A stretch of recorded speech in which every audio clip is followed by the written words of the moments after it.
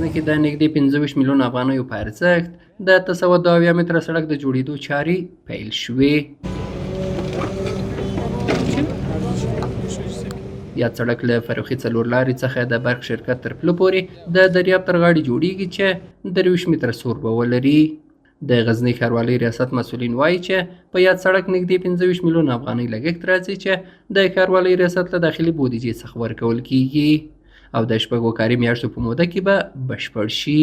دوی همدارنګه ډاډ ورکوي چې یاد سړک به د ښاروالۍ د انجنیري نورمونو مطابق په ښه کیفیت او په ټاکلي وخت کې جوړ شي. تاسو ته معلومه ده دا یوه مهمه پروژه ده چې د پلې پرخي چوک نه شروع ده تر پلې میده پورې رسیږي. تقریبا څه کم 1 کیلومتر چې 802 متره اوږدوالی ده او په ټوله کې یعنې چې زور سړک هم ورسره چې 3 متره یې سور راځي.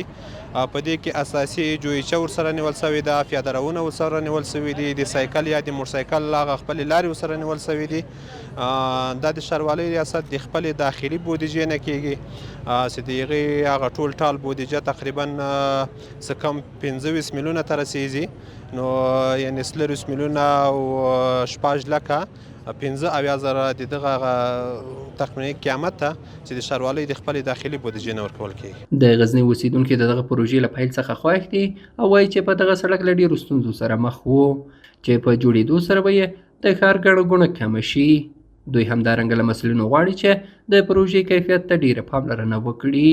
به خاطر بنیاد کار خو خیلی هیچ چیز تا که مشکلات مردم خیلی رفع میشه. خیلی مشکلات مردم داشت، بندش سرک بود، ازدحام مردم بود، مردم در تکلیف بود. این سرک که جور شه این خو آسایش بخش مردم است، افتخار بخش چیز، افتخار بخش ولایت غزنی است و این خیلی آسودگی و سهولت بخش مردم میاره.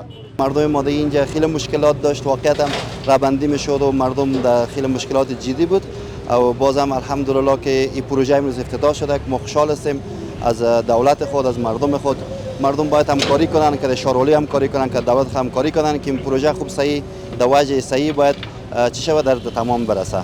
دا په داسې حال کې ده چې څو ورځې وړاندې هم د ښاروالۍ ریاست له لوري د غزني ملکي روغتون سړک د جوړولو چارې د نږدې 40 میلیون افغانیو په ارزښت پیل شوې.